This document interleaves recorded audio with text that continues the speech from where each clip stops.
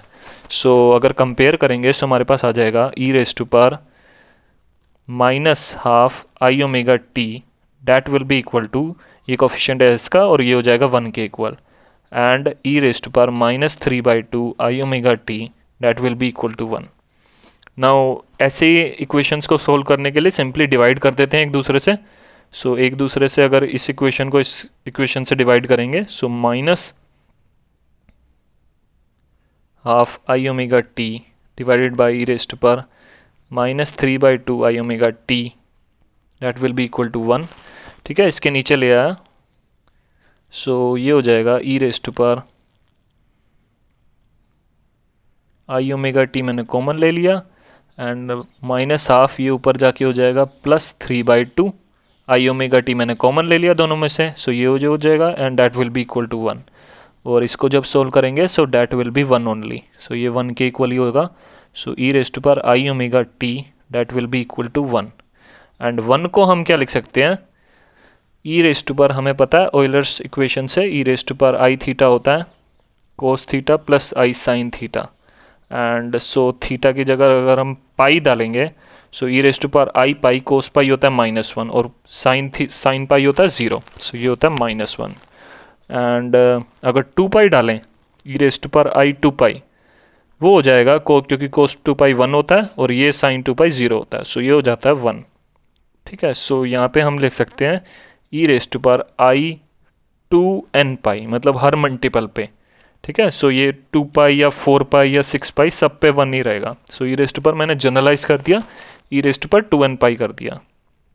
सो अगर आप कंपेयर करें इनके पावर्स, सो हमें मिलेगा i omega t will be equal to i 2n pi, and यहाँ से हमारे पास आएगा आई कैंसिल हो जाएगा एंड टी आ जाएगा 2n पाई बाय ओमेगा, ठीक है।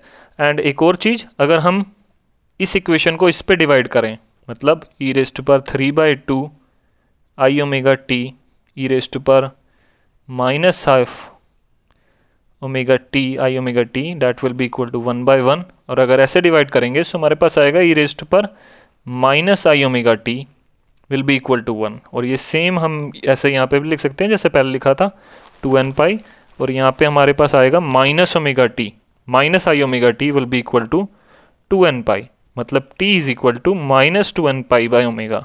और इसको हम नहीं लेंगे क्योंकि ये टाइम नेगेटिव नहीं हो सकता कभी भी, ठीक है। सो ये कैंसिल हो जाएगा और ये हम पॉजिटिव वाला लेंगे। So time is equal to 2n pi by omega. So minimum time पूछा है, सो मिनिमम टाइम के लिए हम n इक्वल टू 1 पुट करेंगे, क्योंकि 0 पुट करेंगे तो t 0 हो जाएगा। एट n इक्वल टू 0 जब हम लेंगे तो टाइम हमारे पास 0 आ जाएगा।